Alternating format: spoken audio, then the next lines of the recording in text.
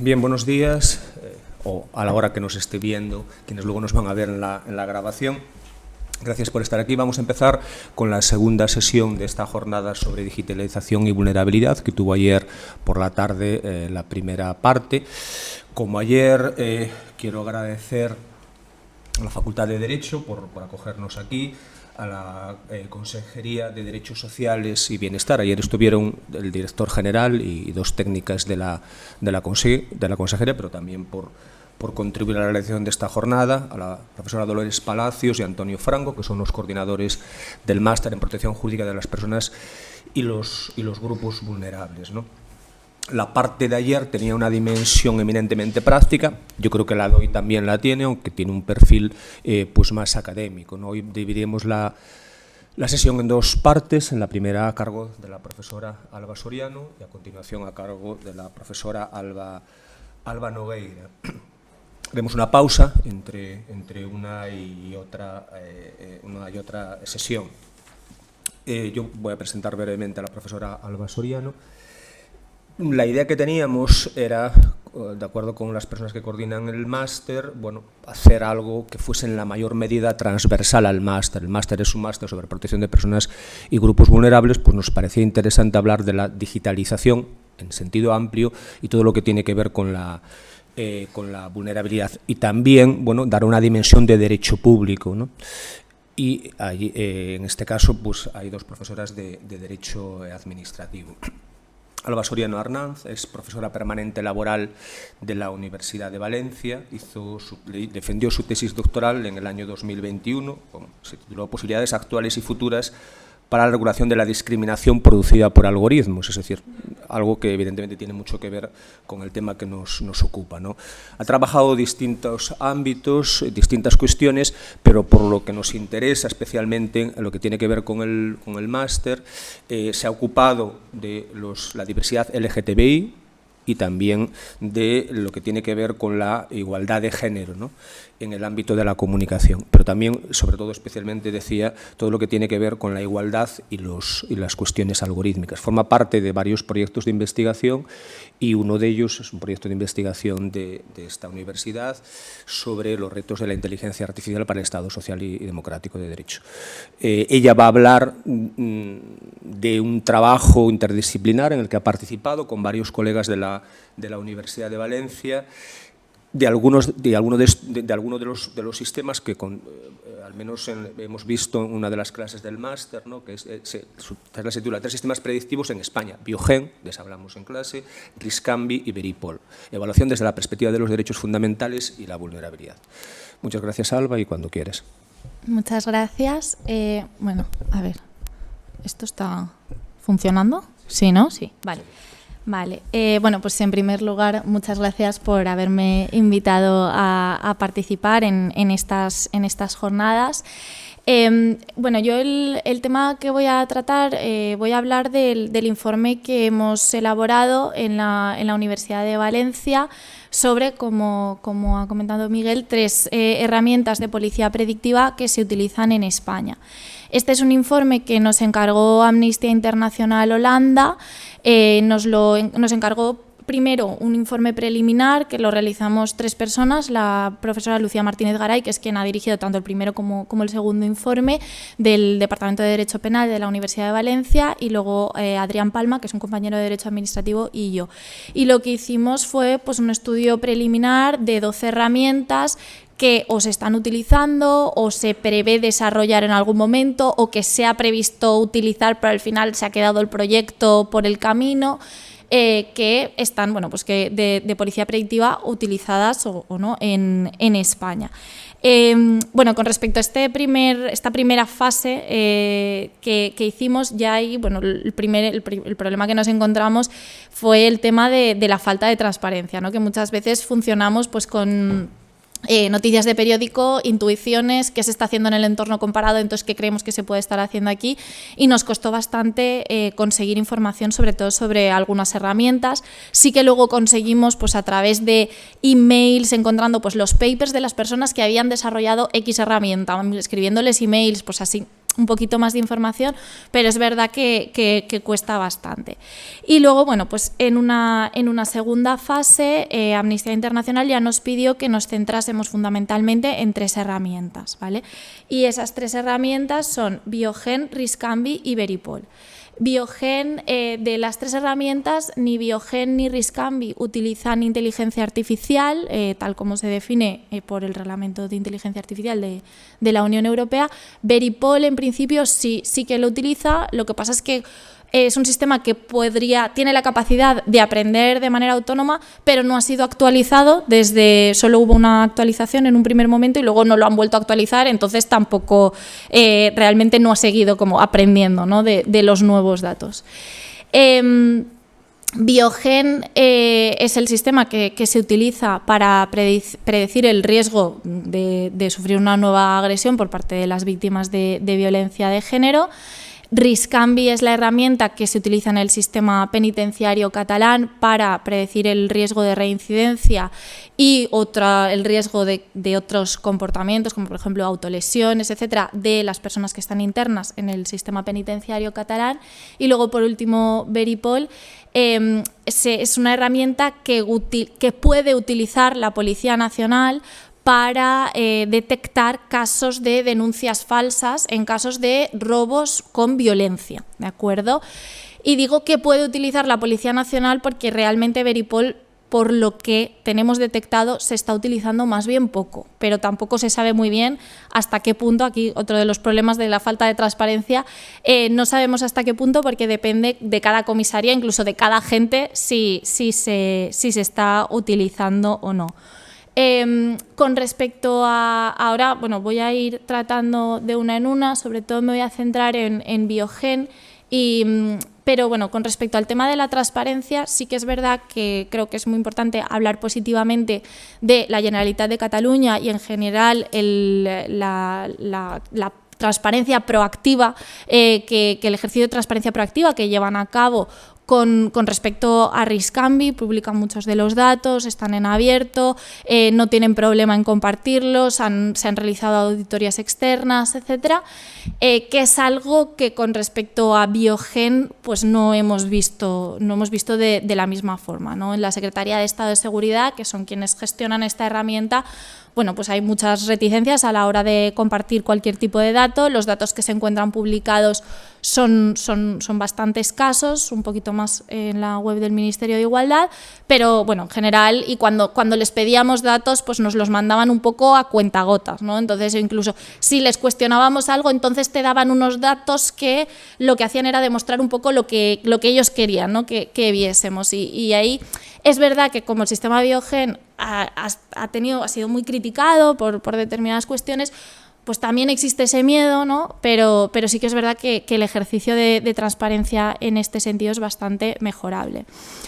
Con respecto al informe, también me gustaría destacar que bueno, lo hemos publicado con publicaciones de la Universidad de Valencia y luego además está disponible online. Es un informe que está realizado íntegramente en inglés y estamos ahora en proceso de traducirlo. Pero bueno, está disponible en la web. En principio, Amnistía Internacional Holanda lo que iban a hacer era publicar un estudio comparado de diferentes países con las herramientas principales que habían pedido a cada equipo que analizase, pero al final ese estudio se ha caído. Es decir, Amnistía Internacional Holanda nos dijeron hace poquito que no van a publicarlo, ¿no? Entonces, bueno, pues creo que es una lástima, pero bueno, por lo menos nosotros el trabajo sí que lo hemos publicado y está disponible, y sería interesante también un poco ver qué han hecho otros estados, pero por ahora tampoco, los equipos de otros estados, pero tampoco lo sabemos. Bien, empiezo, como he comentado, con Biogen. Biogen es un sistema que, como he dicho, no utiliza inteligencia artificial, es un sistema basado en reglas. Se utilizan dos formularios, el formulario inicial, que es el de valoración policial del riesgo, y luego valoración policial de evolución en el riesgo, después, que es el que se utiliza una vez se ha hecho la primera denuncia y se ha rellenado ese primer formulario. Evalúa la probabilidad de que una víctima de violencia de género vuelva a sufrir una nueva agresión, y lo utilizan tanto la Guardia Civil como la Policía Nacional. Y también algunas la policía local y las policías autonómicas sí pueden utilizarlo, ¿no? Si se ofrecen voluntarias para utilizarlo. En Cataluña y en el País Vasco utilizan otros sistemas, no utilizan el sistema Biogen. Con respecto a los policías que rellenan el formulario, no tienen formación específica, la mayor parte de ellos, ni en materia de violencia de género, ni en perspectiva de género, ni en utilización específica del formulario, ¿de acuerdo? Hay una parte que sí, pero los cursos que ofrecen desde el Ministerio del Interior solo llegan pues, a una parte bastante pequeña de todas las personas, todo el personal que llega a utilizar el formulario. Con respecto al VPR, que está ahora en su versión 5.0, utiliza 35 indicadores en 5 categorías diferentes que incluyen el historial de violencia, características del agresor, vulnerabilidad de la víctima, circunstancias relacionadas con los niños y circunstancias agravantes. Este es el primer formulario que se pasa. Y luego el VPR, que está en su versión 4.1, utiliza 37 indicadores divididas en 6 categorías, que es historial de violencia, incumplimiento de medidas, características del agresor, conductas positivas, circunstancias de la víctima y percepción del riesgo. Además, desde 2019, como se detectó que los formularios VPR y VPR no detectaban bien el riesgo de ser víctima de homicidio, se incluye en el primer formulario una escala adicional, que es la escala H, que predice específicamente, utiliza solo 13 de los indicadores para predecir específicamente el riesgo de que la víctima sea asesinada por el agresor, ¿no? Y en casos en los que detecta que existe este riesgo, lo incrementa automáticamente, si el VPR había dado un riesgo bajo y en la escala H detecta que en realidad sí que existe el riesgo de homicidio, se incrementa el nivel de riesgo y se hace pues un seguimiento diferente en esos casos, ¿vale? Los niveles de riesgo en los que se distribuye a las víctimas, en los que se clasifica, son riesgo no apreciado, en los que la reevaluación se hace en los siguientes 90 días, riesgo bajo, en menos de 60 días se tiene que hacer la siguiente evaluación, riesgo medio en menos de 30 días, riesgo alto en una semana, en 7 días, y si es riesgo extremo, en menos de 72 horas se tiene que hacer la segunda evaluación.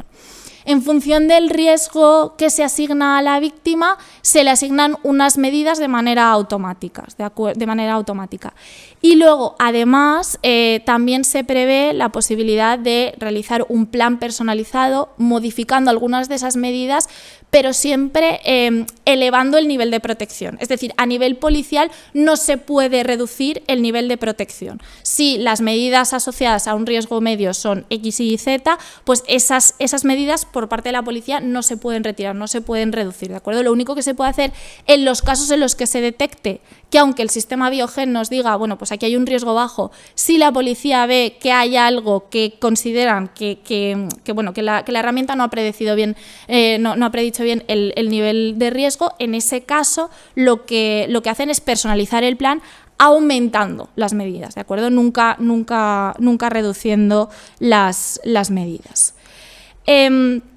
Con respecto a la eficacia, al funcionamiento de Biogen, es un sistema que está diseñado para detectar el mayor número posible de casos de riesgo de revictimización. ¿Qué quiere decir esto? Que en principio tenemos un nivel de falsos positivos bastante elevados. Entonces, de los casos que se clasifican con riesgo medio, alto o extremo, menos de un 20% sufren una nueva agresión, ¿de acuerdo? Ahora bien, esto no quiere decir necesariamente que sean falsos positivos, sino que también puede querer decir que las medidas están funcionando bien. Es decir, que cuando se establecen las medidas, esas víctimas están mejor protegidas y por eso luego no vuelven a sufrir una nueva agresión. De hecho, López Osorio, que es la persona dentro de la Secretaría de Estado de Seguridad que se encarga de la gestión de Biogen, tiene varios papers publicados sobre el sistema. Sí que tienen un pequeño estudio con un par lugar con un caso, o sea, con una muestra de casos que quedaron inactivos, que se habían detectado un nivel de riesgo, pero se dejaron inactivos. Ahora luego explicaré qué pasa, cómo pueden dejarse los casos inactivos, es decir, sin protección policial, y otra muestra en la que se había detectado cierto nivel de riesgo y se establecieron medidas, ¿vale? Pues para los casos inactivos se sufrió una nueva agresión en una proporción mucho más grande, ¿de acuerdo? En los casos inactivos, es decir, los que se había detectado un determinado nivel de riesgo pero no tenían medidas aparejadas de protección, en un 38,7% de los casos se volvió a sufrir una nueva agresión. En cambio, en los casos activos, en los que sí que tenían medidas de protección, solo en un 13,6% de esos casos se volvió a sufrir una nueva agresión, lo cual nos dice más o menos que efectivamente las medidas están funcionando, ¿de acuerdo? Bien, con respecto a los problemas generales en la implementación, y luego me voy a referir ya específicamente al problema en relación con las mujeres de origen no nacional, entre los problemas que nos destacaron, entre otros, por ejemplo, se entrevistaron a dos policías de la Oficina de Atención a Víctimas. Nos indicaron que, aunque el formulario en principio parece que sea objetivo, siempre hay elementos valorativos que se pueden introducir por parte de la policía, ¿de acuerdo? Pues, por ejemplo, si el agresor ha desplegado en los últimos 6 meses conductas controladoras, bueno, pues eso a lo mejor eso no es algo que esté completamente predeterminado. Hay un elemento de subjetividad, de valoración que es inevitable, ¿no?, introducir.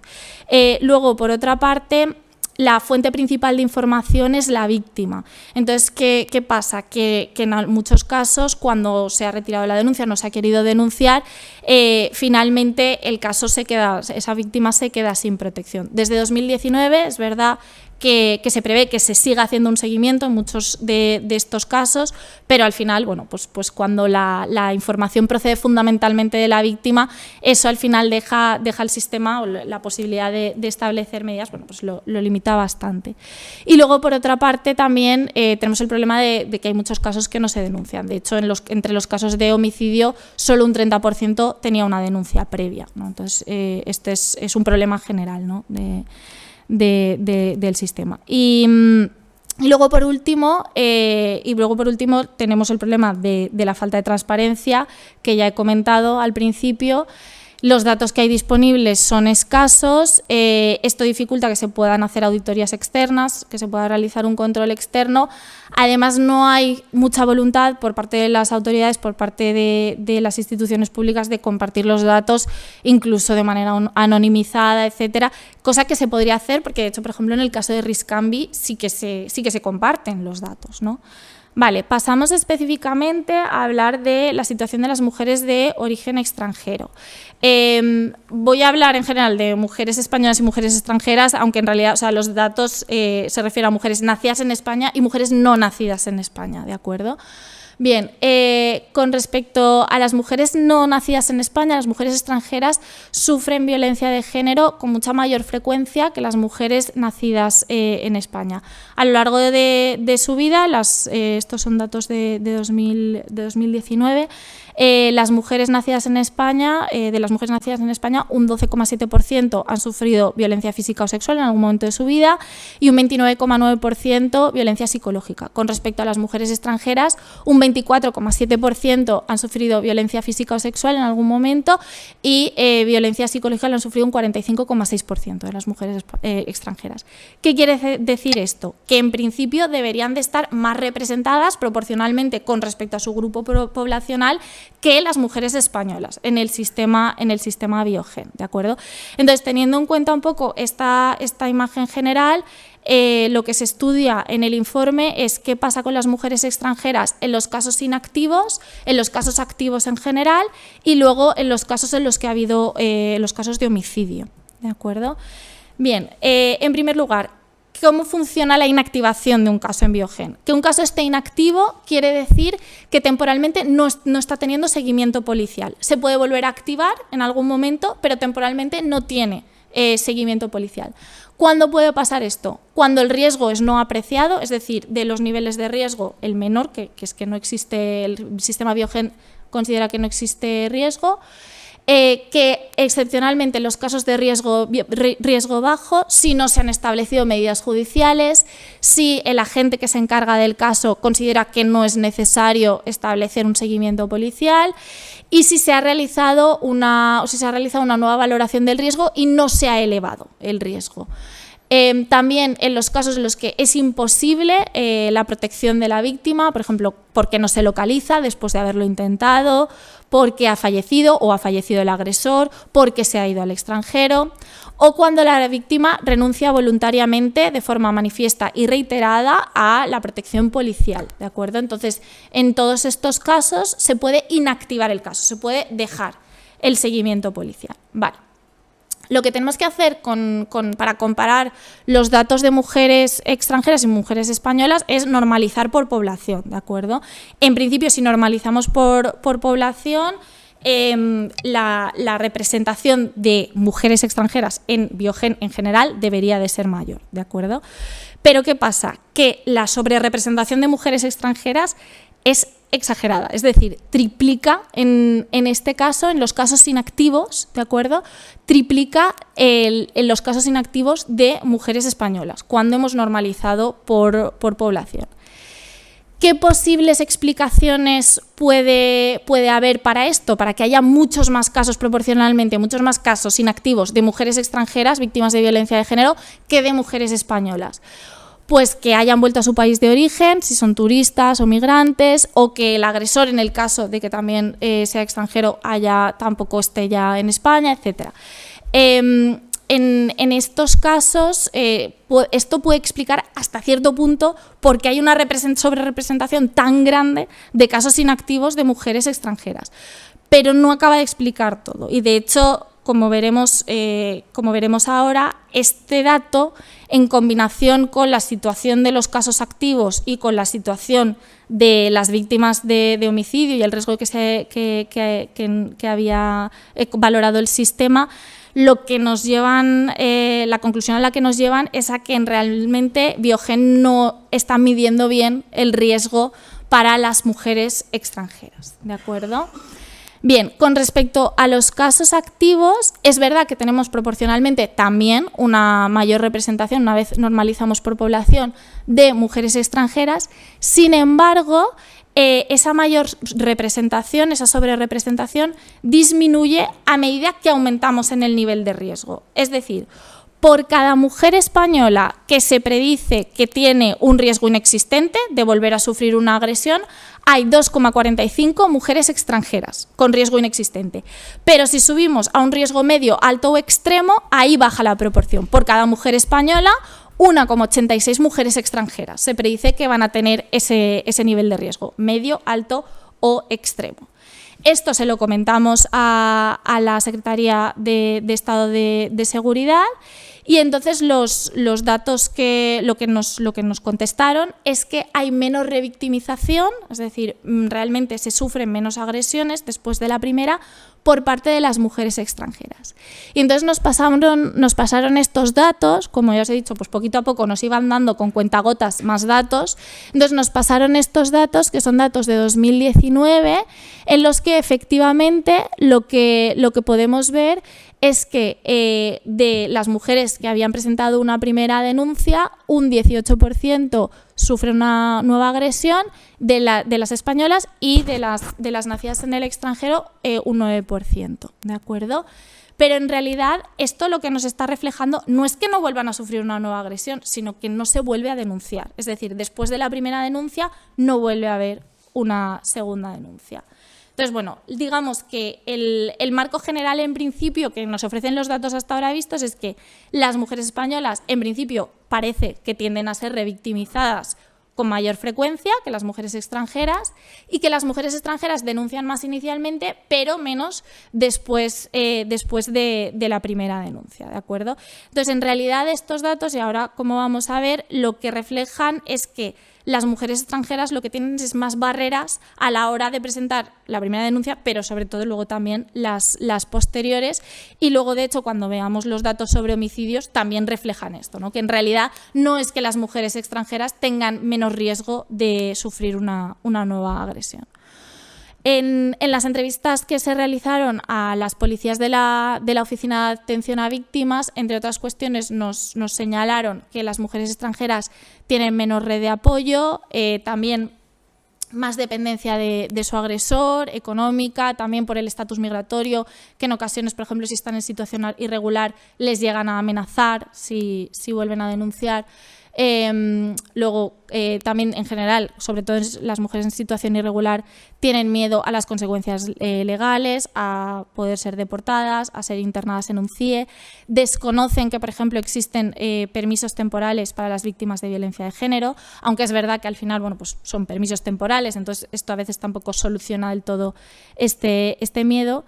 Y luego, además, otra cuestión que señalaban es que si las mujeres, en general, muchas veces ya se sienten culpables cuando denuncian, cuando se trata de su pareja, incluso de la expareja, por las consecuencias, esta culpabilidad se acrecenta muchísimo cuando hablamos de mujeres extranjeras, porque en esos casos, la mayor parte de ocasiones, el agresor también es extranjero y, por ejemplo, si se encuentra con un permiso temporal en España, pues tienen miedo de las consecuencias que pueden ser mucho más gravosas para el agresor en esos casos.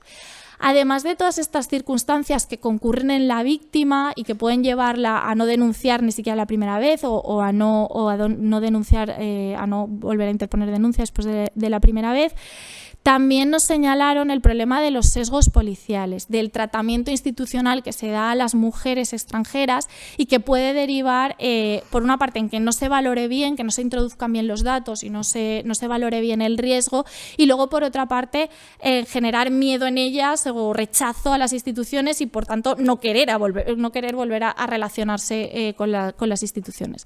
Y nos comentaron las policías que existen pues unos prejuicios bastante importantes entre la policía y muchas veces cuando son mujeres extranjeras las que van a denunciar, bueno, pues se tienen prejuicios del tipo de pensar que lo que quieren es obtener determinados beneficios, ¿no? como consecuencia de la interposición de esa denuncia. Entonces, la combinación de todos estos factores hace que aparezcan barreras bastante significativas para las mujeres extranjeras a la hora de denunciar los casos de violencia de género.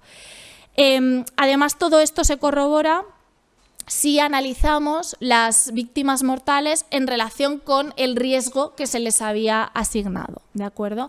Entonces, normalizando también una vez más por población, son datos de 2015 a 2021, por cada millón de mujeres españolas, 1,79 fueron víctimas de homicidio en casos de violencia de género y 6,46 por cada millón de mujeres extranjeras fueron víctimas de homicidio en casos de violencia de género.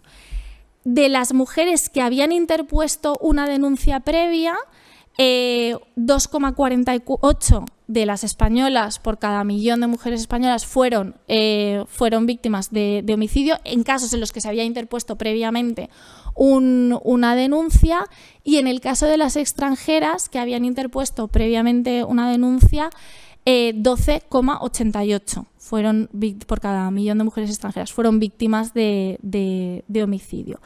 Es decir, esto lo que nos muestra es que efectivamente no hay menor riesgo de revictimización, en principio, de las mujeres extranjeras, al contrario de lo que nos decían, comentaba la Secretaría de Estado de Seguridad.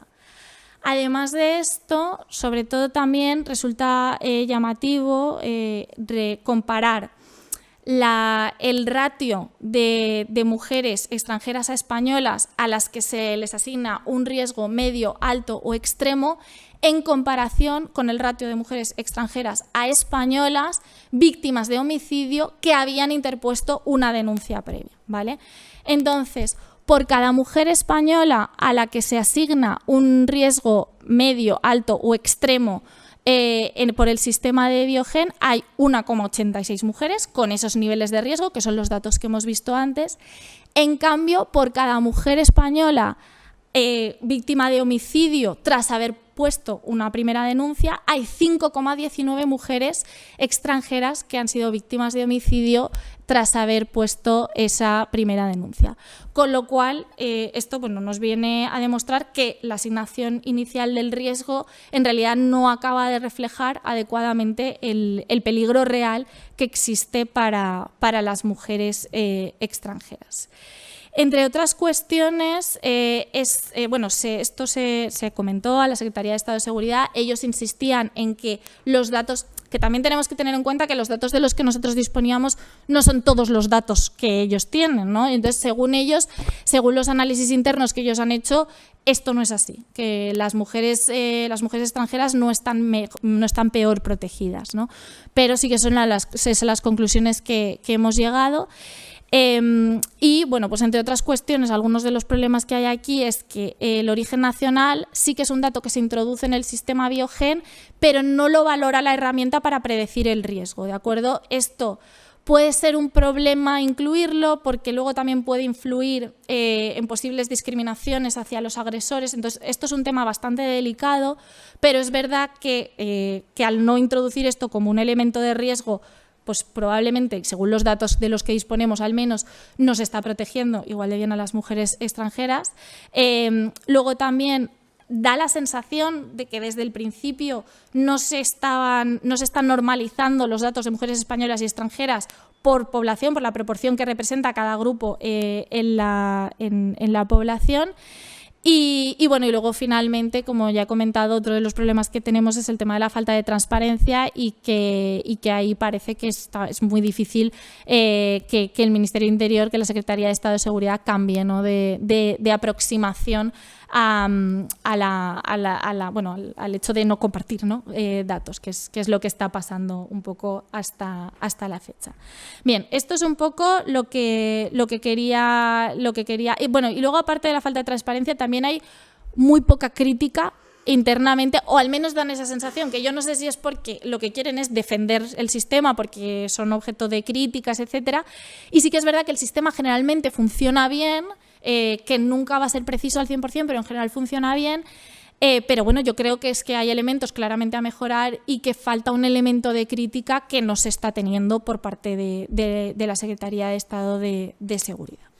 Bien, pasando a Riscambi. Riscambi es el sistema que se utiliza para evaluar el riesgo de reincidencia y otros comportamientos en el sistema de prisiones catalán.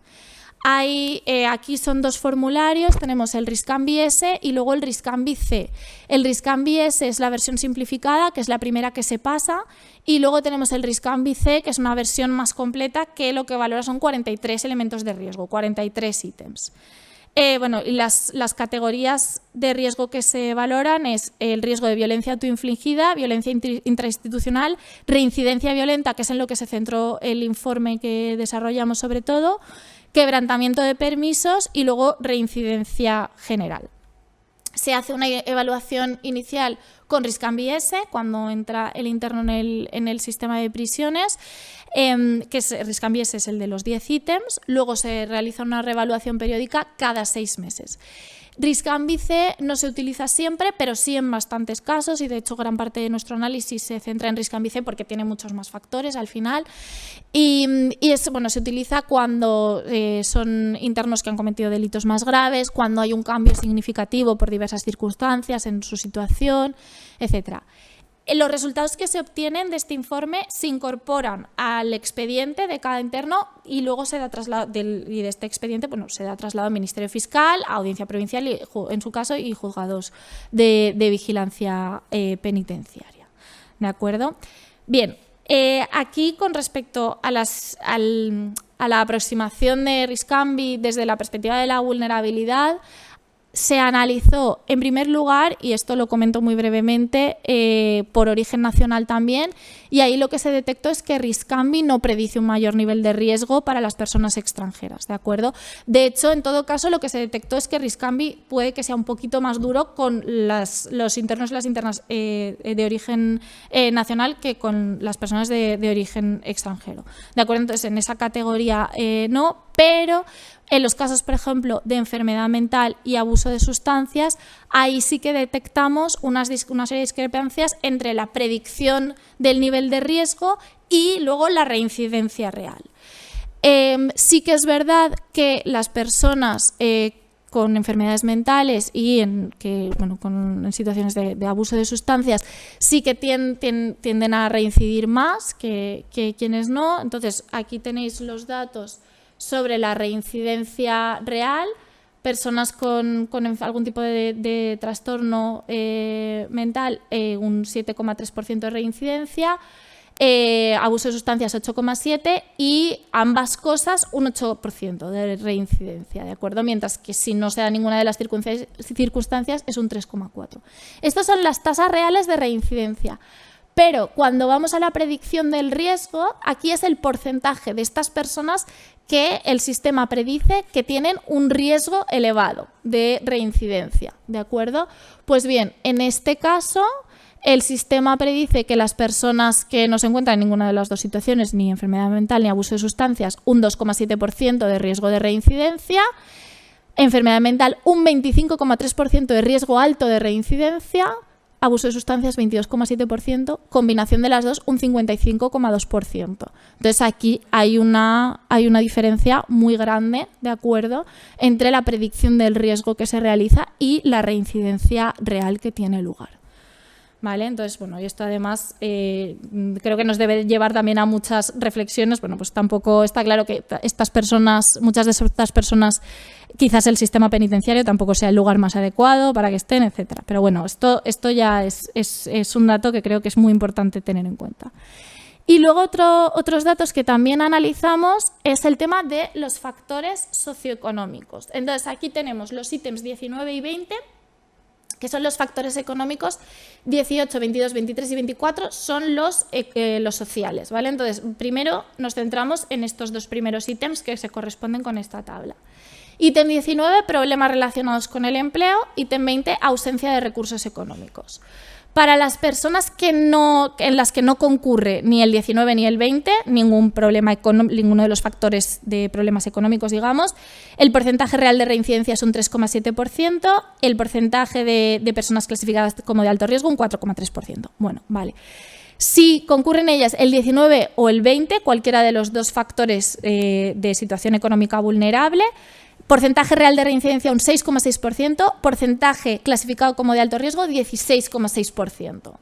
Si concurren ellos el 19 y el 20, porcentaje real de reincidencia 9,34%, porcentaje clasificado como de alto riesgo 36,5%, ¿vale? Entonces, otra vez lo mismo, una sobrerepresentación, o sea, una sobreestimación del riesgo en los casos de personas en situaciones económicas vulnerables. Pasamos luego a combinar estos dos factores, los de vulnerabilidad económica, con los de vulnerabilidad social. Y aquí se hicieron dos análisis. El primero era combinando el 19 y el 20 con uno de los otros cuatro, 18 o 22 o 23 o 24, y en ese caso la predicción del riesgo se queda igual, 36,5, ¿de acuerdo? Si sumamos las otras cuatro, al 19 y el 20, la predicción del riesgo sube a un 73,7%, mientras que la reincidencia real es de un 10,5%. Ahora bien, estos datos con pinzas, ¿por qué? Porque la muestra aquí, aunque no se ve, a ver si puedo, pero bueno, la muestra aquí es de 19 personas. Ah, mira, ahí se ve. Entonces, estos datos sí que es verdad que hay que cogerlos con más cautela porque las otras muestras son un poquito más significativas, está menos. Pero bueno, yo creo que en realidad más o menos todo nos indica un poco en la misma dirección, y es que se sobreestima el riesgo de reincidencia en las personas que están en situaciones más vulnerables, ¿no? Bien, con respecto, además, bueno, creo que una cuestión que también es bastante interesante, otra de las aparte del análisis estadístico, otra de las cosas que hicimos fue analizar los autos de audiencias provinciales en las que aparecía la palabra riscambi, para un poco ver cuál es la relación de los operadores jurídicos en relación con riscambi, y luego también entrevistamos a varios abogados y abogadas catalanes para ver cuál era su percepción, ¿no?, con respecto al sistema, su funcionamiento y a cómo lo percibían desde la Judicatura y desde el Ministerio Fiscal también. O sea, entonces, desde las audiencias provinciales, que es las resoluciones a las que tuvimos acceso, no percibimos que se confiase excesivamente en el sistema Riscambi. De hecho, por ejemplo, en la Audiencia Provincial de Girona son especialmente críticos con el sistema Riscambi, que bueno, aquí es la frase que he citado, que dicen que no puede utilizarse como una especie de oráculo infalible, y hablan de los falsos positivos que existen, etcétera. Entonces, en las audiencias provinciales en general no hay una dependencia excesiva de los resultados que ofrece el sistema. En el caso del Ministerio Fiscal, sí. En el caso del Ministerio Fiscal, de manera sistemática, recurren todas las concesiones de permisos y progresiones de grado que se concedan a aquellos internos con un riesgo alto. De manera sistemática se recurren todas estas resoluciones. Entonces, es verdad que el Ministerio Fiscal no adopta la decisión final, pero sí que pueden llevar, este recurso puede derivar en la suspensión de la concesión del permiso, entonces sí que tiene consecuencias muy importantes. Con respecto a las entrevistas con abogados y abogadas, nos dijeron que su percepción es que también los jueces sí que tienden a confiar excesivamente en el sistema Riscambi, que cuando hay un riesgo elevado, bueno, pues entonces de manera casi sistemática también se deniegan los permisos, etcétera. Esa no ha sido nuestra percepción de haber analizado todos los autos, pero es verdad que nosotros lo que hemos analizado son los autos de la audiencia provincial, en las audiencias provinciales. Puede ser porque los autos de los juzgados de vigilancia penitenciaria no están disponibles en las bases de datos, o hay muy poquitos disponibles. Entonces puede ser que a nivel de juzgado de vigilancia penitenciaria sí que haya mayor confianza en el sistema, sí que se esté dependiendo más de lo que nosotros percibimos en los resultados del Riscambi. Y luego también, por último, otra cuestión que nos contaron, porque bueno, nosotros la presentación del informe la hicimos el día 1 de octubre en Valencia, y vinieron representantes tanto del Ministerio del Interior como de la Generalitat de Cataluña, y de la gente que vino de la Generalitat de Cataluña nos comentaron, el Centro de Estudios Jurídicos de allí, que son un poco quienes gestionan el sistema Riscambi, los análisis en relación con el sistema Riscambi, que en reuniones con magistradas, magistrados y con el Ministerio Fiscal les habían comentado que no entendían, es decir, que desde la Judicatura y la Fiscalía no entienden qué es lo que hay detrás de Riscambi, no saben cuáles son los factores de riesgo, no tal. Entonces les dijeron, vale, pues os ofrecemos cursos para formaros, para explicaros cómo funciona el sistema Riscambi. Y les dijeron que no querían esos cursos. Y entonces la respuesta fue, vale, pues no os pasamos el riesgo de Riscambi, sino que es un dato que lo utilizamos internamente, la Junta de Tratamiento, etcétera, y ya está. Y no se mete dentro del expediente que se os pasa a vosotros. Y contestaron que no, que sí que querían el riesgo, el nivel de riesgo. Entonces, claro, yo creo que esto también nos muestra un poco la situación de cómo es la relación, ¿no? del personal que se enfrenta a estas herramientas. Es verdad que esta no es la situación de todo el mundo y en este sentido, o sea, yo creo que la Audiencia Provincial de Girona está haciendo un trabajo que se tiene que valorar muy positivamente, pero bueno, pues hay actitudes que la verdad es que dejan bastante que desear. Bien, y finalmente, ya con esto termino, el sistema Veripol. Con respecto al sistema Veripol, de hecho, si miráis el informe veréis que proporcionalmente lo que ocupa el análisis de Veripol es mínimo, porque no teníamos datos, básicamente porque no sabemos hasta qué punto se está utilizando, se sabe muy poquito el sistema Veripol. El sistema Veripol lo que hace es analizar no la denuncia que hace una víctima de robo con violencia, sino el informe policial, es decir, lo que transcribe el policía que toma la denuncia, eso es lo que analiza el sistema Veripol. Y detecta, utilizando métodos de procesamiento del lenguaje natural, lo que hace es identificar determinadas expresiones, determinadas combinaciones de palabras que se ha detectado que suelen aparecer en denuncias falsas. El sistema fue entrenado inicialmente con 1.122 denuncias de 2015 y esto también es un problema porque desde 2015 las cosas han cambiado, han evolucionado y después de ese primer entrenamiento y esa primera puesta en funcionamiento, el sistema solo ha recibido 1.000 nuevas denuncias, es decir, solo se ha actualizado una única vez en ese primer año, además. Y todo esto viene porque no han llegado a un acuerdo todavía, ahora parece que ya sí, pero por parte entre la Policía Nacional y las personas que han diseñado este sistema. Porque quienes diseñaron el sistema se lo ofrecieron gratuitamente, pero quieren cobrar ahora por actualizar el sistema y entonces, bueno, pues tienen que firmar, que finalizar el convenio y no lo han firmado todavía. Entonces, desde 2015 realmente lleva sin actualizarse el sistema. Entonces, las cuestiones que hemos detectado con respecto a este sistema y que bueno, pues son bastante evidentes es que en realidad como lo que se utiliza para entrenar el sistema son la propia redacción realizada por la policía, pues esto puede reflejar las opiniones de los agentes, puede reflejar sus propios sesgos. Además, el sistema tampoco puede detectar aquellas denuncias falsas que la propia policía no ha detectado como denuncias falsas, ¿no? Entonces, pero que bueno, que esto claro es complicado. Luego también el conjunto de datos con el que se entrenó el sistema es bastante limitado. En España de media hay unas 30.000 denuncias al año por robos con violencia. Entonces, esa única muestra además de 1.122 más la otra muestra de 1.000 casos es muy poquito, ¿no? En relación con todas las denuncias que hay, con todos los casos que hay. Luego también no sabemos cuál fue la composición de datos inicial, no sabemos qué características tenían las personas denunciantes, etcétera, con lo cual eso también puede introducir sesgos y luego tampoco sabemos si se están teniendo en cuenta, se intuye que no, las variaciones lingüísticas, el acento, la procedencia de la persona denunciante, etcétera. Es verdad que las denuncias que se realizan en otros idiomas, ya sean lenguas cooficiales o en idiomas extranjeros, se traducen antes de pasarlas por el sistema Veripol, pero tampoco está claro que luego eso no introduzca nuevos sesgos, etcétera.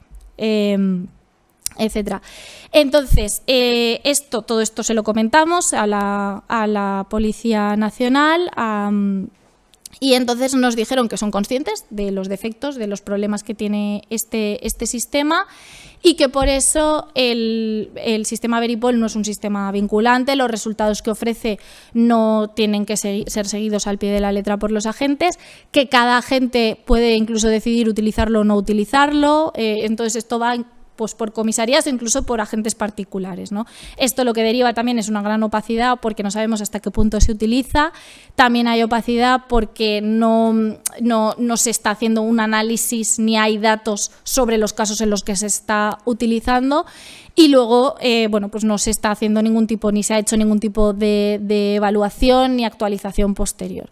Con lo cual, con respecto al sistema Veripol, que además si buscáis Veripol en Google, por ejemplo, veréis que hay un montón de noticias del año 2019 y luego desaparecen del mapa, ¿no? Entonces esto parece pues como que inicialmente lo lanzaron casi como una campaña de publicidad y se ha quedado un poco en eso. Que sí que parece por las entrevistas que se hicieron que existe una voluntad de verdad ponerlo en marcha, atender a todas estas cuestiones problemáticas que se han señalado, pero por ahora bueno, pues estamos en esta situación. Bueno, y como conclusiones finales, creo que es necesario que se realice una evaluación constante, que se dote de más transparencia a los sistemas de policía predictiva, que sí que es posible, y lo hemos visto en el caso de Riscambi, que se puede dar más publicidad, que se puede permitir un análisis externo de estas herramientas y eso se debe de permitir, sobre todo pues en colaboración con las universidades, yo creo que sería lo óptimo, permitir las auditorías externas y luego también formar al personal, esto es esencial, formar al personal en el uso de estas herramientas, en los posibles sesgos que pueden contener y en los problemas que pueden generar.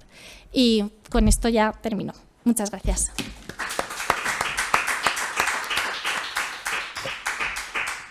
Bueno, pues muchas gracias a ti, Alba. Tenemos un tiempo para el debate. Yo quiero agradecerte la claridad, la brillantez y la exhaustividad de la exposición y del trabajo que habéis hecho, ¿no? Creo que, como tú has dicho, es un buen ejemplo de cómo esto puede ser interesante para la Administración, ¿no? Y también una muestra, creo, de que en este ámbito es necesario un trabajo interdisciplinar. Bueno, en el ámbito académico estáis de Derecho Administrativo, de Derecho Penal, supongo que gente del ámbito de la informática. Entonces, bueno, es una prueba más de que esto no cabe en aproximaciones desde un único punto de vista, sino desde varios, ¿no? Entonces, ya te digo, me parece que está muy bien. Yo también he tenido la ocasión de ver el informe que hicisteis. Es una pena que no se le dé también más difusión, pero bueno, al menos vosotros, por la parte vuestra, sí lo habíais hecho, ¿no? Bueno, esto queda abierto al diálogo. Preguntad, sí, Alba, no ir. Sí, a mí también me gustó mucho. Y te quería hacer una pregunta sobre Biogen y la otra sobre el Riscambi. Sobre Biogen... El micrófono. Una pregunta sobre Biogen sería, en relación con lo de la población extranjera, me pareció así muy significativa esa diferencia.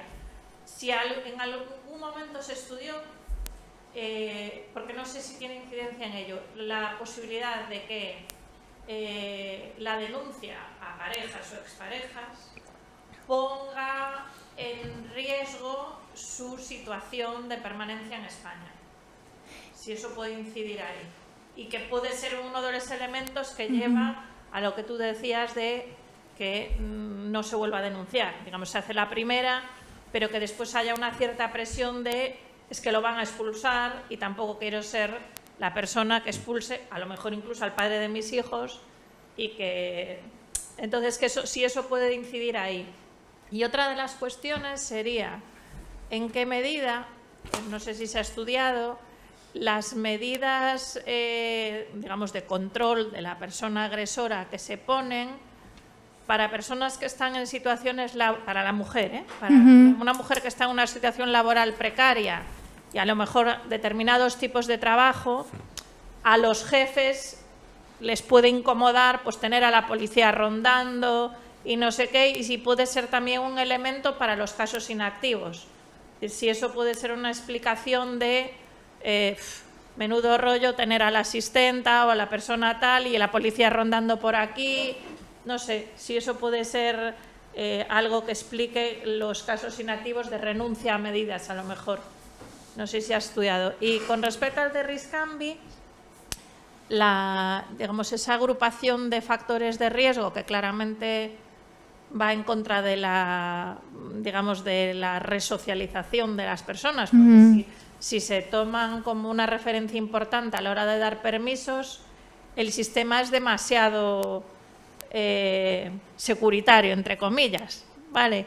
Y entonces eso realmente acaba provocando que muchas personas que podrían salir antes en libertad o tener permisos acaben no disfrutándolos y por lo tanto no resocializando. Es decir, que parece como que el sistema, digamos, debería aflojar un poco, ¿no? Es la sensación que da. Son esas dos cosas. Sí, a ver, con respecto al tema de Biogen, sí, o sea, el tema de las pérdidas de permisos sí que es una de las posibles consecuencias, sobre todo quienes están con permisos de trabajo temporales. Entonces, y ese es un miedo, o sea, y de hecho eso las policías a las que las entrevistaron unas compañeras mías, es una de las cosas que dijeron, que muchas veces no denuncian por ese miedo. Por lo que eso es que a lo mejor es el padre de mis hijos, ¿no? El que estoy, entonces es una de las cuestiones.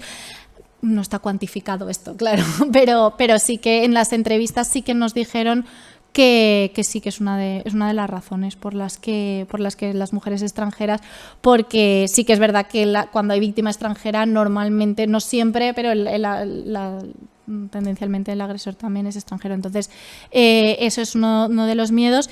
Y luego, con respecto al tema de las medidas de seguridad, pues mira, es una cuestión que no habíamos tenido en cuenta, pero sí, totalmente. O sea, que a lo mejor las mujeres en situaciones más precarias, que muchas veces van a ser más extranjeras también, que tengan esa situación en el trabajo y que al final terminen no disponiendo de esas medidas de protección porque económicamente no se pueden permitir dejarse de trabajo y los jefes, etcétera. Entonces, esto. Y luego, bueno, lo del tema de Riscambi era más una reflexión, ¿no? Que eso sí, o sea, yo creo que estos son elementos, porque a ver, yo creo que una cosa que pasa es que cuando salió todo el tema de Estados Unidos, del sistema Compass, que ahí la obsesión, digamos, era más con el tema de la raza, origen nacional, etcétera, como que creo que hay otros elementos que han pasado más desapercibidos. Y uno de ellos ha sido el tema de los factores socioeconómicos.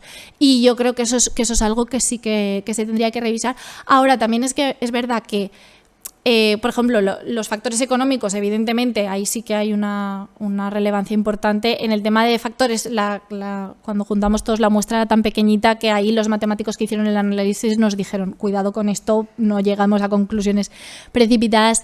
Pero es verdad que luego cuando esto se le ha comentado al personal de la Generalitat de Cataluña, sí que se han mostrado interés, así como desde la Secretaría de Estado de Seguridad es como no, esto es mentira, todos lo estáis inventando, no tenéis todos los datos. En el caso catalán ha sido más como, ostras, pues vamos a revisar esto. Pero sí, es verdad que es que al final pues las personas con estas situaciones pues suelen estar peor tratadas en general, en todos los ámbitos, como ya lo sabemos, y aquí en concreto, por lo que vemos también.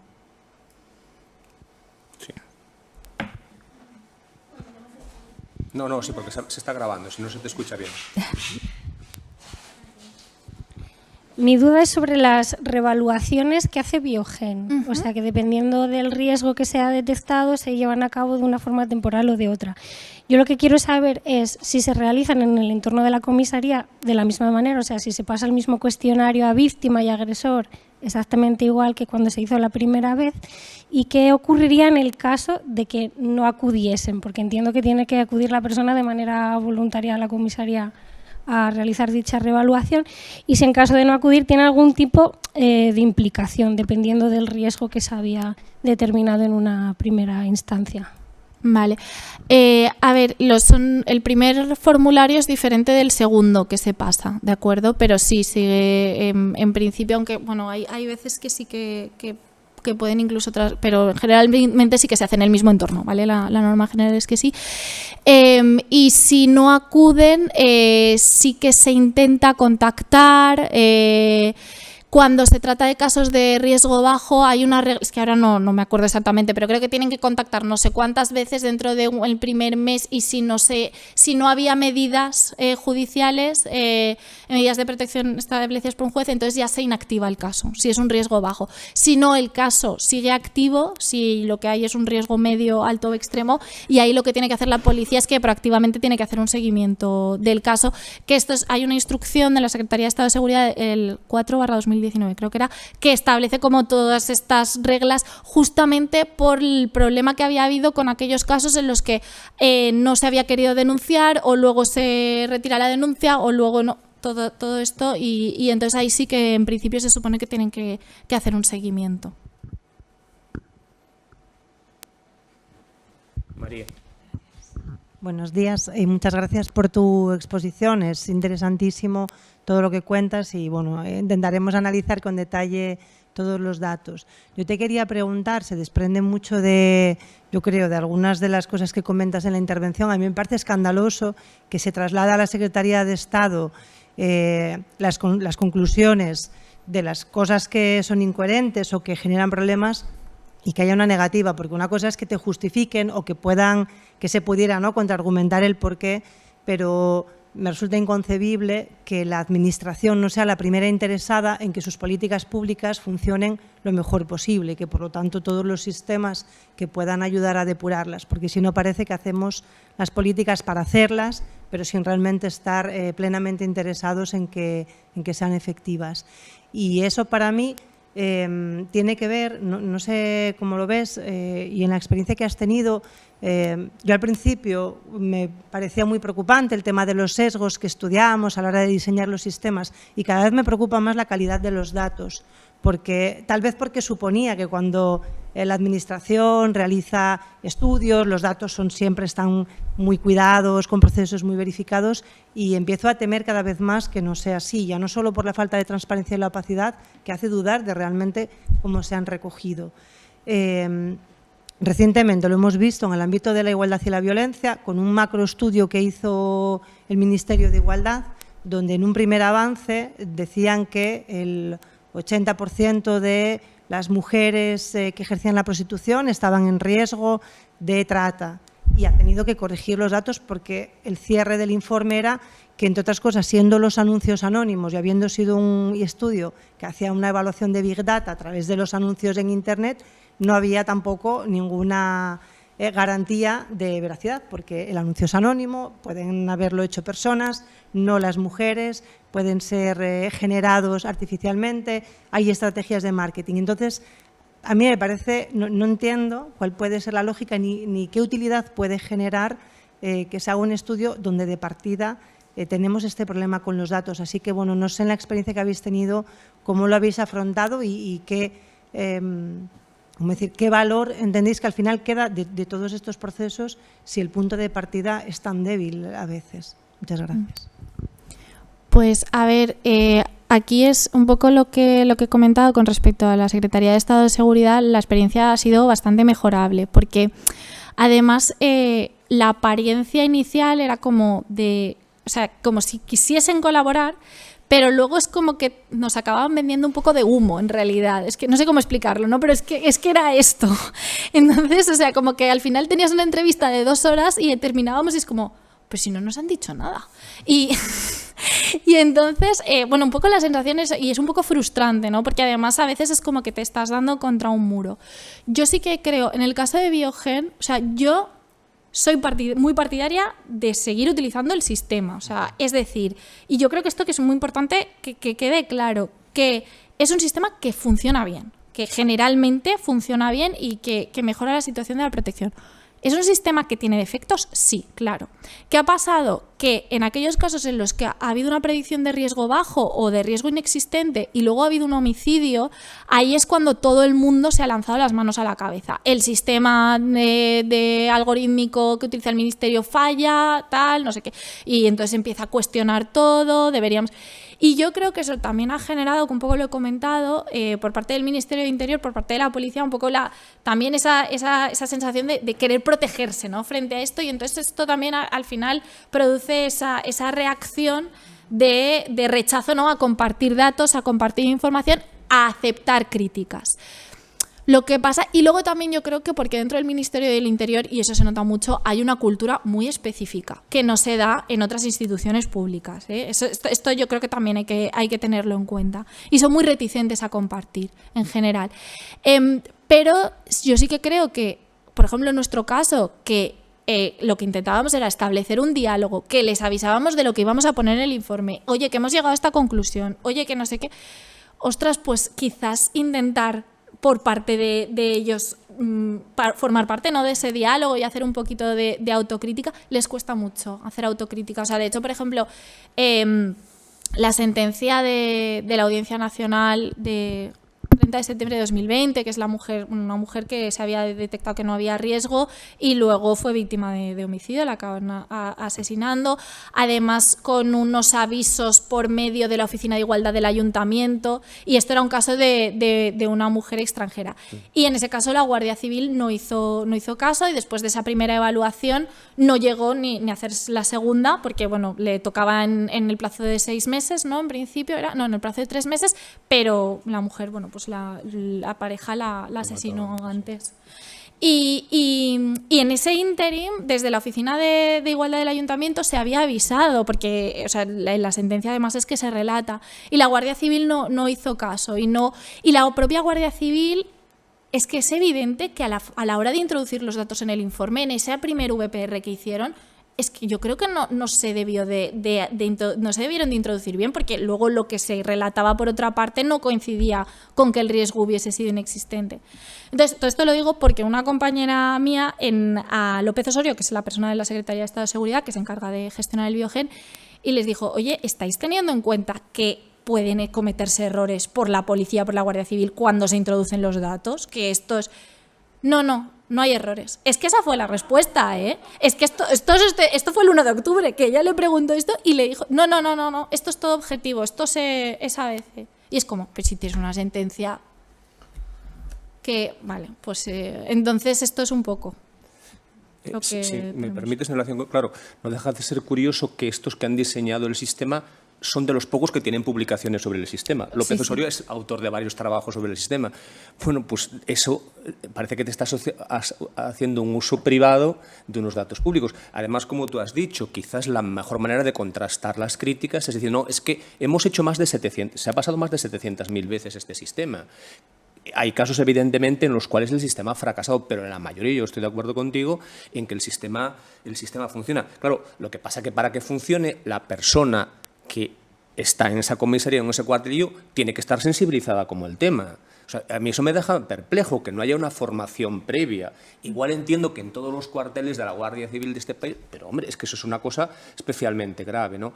Y luego también, y enlazo esto, y aprovechando que estoy en el uso de la palabra, la cuestión está de que el sistema no es vinculante. Claro, la policía, lo que decías tú, Beripol, no nos vincula. Claro, porque normalmente nadie tiende a reconocer que le ha vinculado algo que ha visto en una máquina. Pero en este caso, en el de Biogen, los propios datos que ellos dicen es que en el 95% de los casos la evaluación de la gente coincide con la que ha dicho Biogen. Yo me pregunto, ¿no estará condicionado el agente por el sistema? Y yo creo que una manera de evitar eso sería que el propio agente o la propia agente fuese haciendo su propia evaluación y luego, cuando ha acabado la suya, verifique si se contrasta con la de Biogen. Claro, pero para eso quien hace la evaluación tiene que estar preparado para hacerla, ¿no? Sí, entonces, totalmente. Sí, de hecho, espera, es que tengo los datos por aquí apuntados de la formación que están recibiendo. Y perdón, en relación, perdona. En relación con lo que tú dices, la Fundación Éticas ha hecho también un informe muy crítico con Biogen, denunciando la falta de transparencia y un cierto paternalismo. ¿Se les ha preguntado a las mujeres después cómo se han sentido cuando se les estaba pasando eso? ¿Han notado en falta alguna pregunta? Bueno, o sea... Igual es casualidad, pero la mayor parte de los autores de estos trabajos que están en el Ministerio del Interior son hombres. No sé si eso tiene algo. Sí, eso también. Pues mira, de los guardias civiles, que son 19.000, los que tienen acceso y los que pueden utilizar el sistema, tienen formación específica 1.200. O sea, 1.200 de 19.000. Y de la Policía Nacional, 1.700 de 6.000. Porcentajes muy bajos, con lo cual es bastante probable que a la hora de presentar la denuncia no haya una persona especialmente cualificada. Sí. Hablando de quién realiza los cuestionarios en Biogen, me surge sobre Riscambi. ¿Quién realiza los cuestionarios a los presos que van a poder acceder a un permiso penitenciario?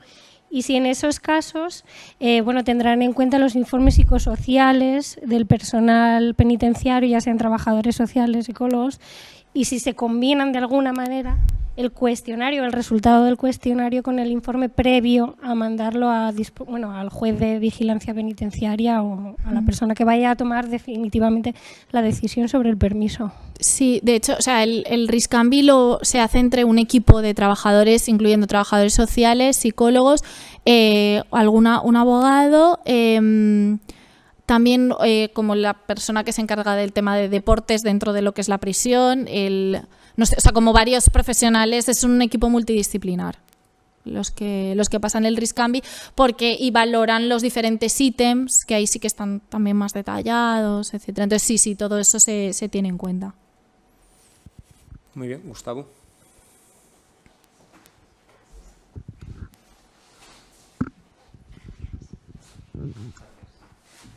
Bueno, yo también quería felicitarte por la exposición, que me ha gustado mucho, y por supuesto a los organizadores por invitar a una persona como tú. Y tenía un par de dudas sobre unas cuestiones ya más concretas que has señalado en relación con Biogen. Si no he entendido mal, cuando se realizan las evaluaciones de riesgo de homicidio, el número de indicadores que se utilizan es inferior al de otro tipo de evaluaciones. Yo no sé si esto tiene alguna explicación, porque en principio una evaluación de riesgo de homicidio, que es, en fin, la situación más grave de todas las que se pueden producir en este contexto, me choca que el número de indicadores o de información que se utiliza sea inferior. No sé si es porque se excluye ya la relevancia para esa evaluación de otros, pero así a priori es algo que me sorprende. Y por otra parte, con respecto a la diferenciación constante a lo largo del informe que trazáis entre mujeres españolas y mujeres extranjeras, has hecho referencia al final, en relación con el momento de la evaluación del riesgo y de la realización de la evaluación, que la concreta nacionalidad de la mujer es algo sobre lo que se toma nota, pero que no influye en la evaluación del riesgo, lo que por otra parte parece razonable, ¿no? Pero yo quería saber si se manejan datos también diferenciados con respecto a las estadísticas, con respecto a las estadísticas que nos has ofrecido sobre las diferentes nacionalidades de las víctimas o de los agresores en su caso, porque sin duda el elemento de la nacionalidad o en general de la extranjería es un elemento relevante, pero también me parece relevante el contexto del que proceden víctima y agresor, puesto que hay algunos países con respecto a los que así a priori me puedo imaginar que tenemos muchas menos diferencias por contexto social, cultural, etcétera, con independencia de que el factor de extranjería siempre sea un elemento de vulnerabilidad cuando estás en un país que no es el tuyo, en el que has crecido, etcétera, pero quería también preguntarte si sobre ese tipo de datos los habéis manejado y sencillamente no se vuelcan en el informe en aras de la claridad o de la simplificación, o si es porque realmente no se os han proporcionado, ¿no? Muchas gracias. Disculpa, ¿alguien quiere plantear alguna cosa más? Digo, para hacerlo ya conjuntamente y luego cerrar esta primera sesión en el tiempo más o menos que habíamos previsto. Sí, vale, con respecto a la escala H, que es la del riesgo de homicidio, justamente se diseñó porque no detectaban que no acababa de predecir bien el formulario completo el riesgo de homicidio. Entonces, los 13 factores que se tienen en cuenta son los que sí que tienen detectados. Ahí hay otro paper de los de López Osorio, de 2021, que lo explica bastante bien, que son los 13 factores que sí que tienen más relación directamente con el riesgo de homicidio. Porque si no, el resto de factores como que parece ser que distorsionan, sí. Y luego, con respecto a los agresores y víctimas, el origen nacional específico, pues ahí tuvimos un problema porque de los datos a los que tuvimos acceso y luego nos pasaron y eso, había alguna tabla con el estado de origen, el país de origen codificado, pero en la inmensa mayoría, es que te diría en un 80% de los casos, era no codificado. Entonces no se podía hacer el análisis. Ya está. Eso es. Muy bien, pues nada, muchas gracias, Alba, porque creo que tanto la charla como la ponencia como el diálogo posterior ha sido muy interesante, muy ilustrativo, muy participativo. Os agradezco también todas las preguntas que hayáis planteado. Hemos acabado, son las 11:46, con un minuto más y empezamos un poco más tarde, o sea que nada, muchas gracias. Vamos a hacer una pequeña pausa de unos 15-20 minutos y a continuación haremos la segunda sesión, de la profesora Alba Nogueira, presentada por el profesor Gustavo Manuel Díaz González. Nada, muchas gracias y paramos unos 15-20 minutos.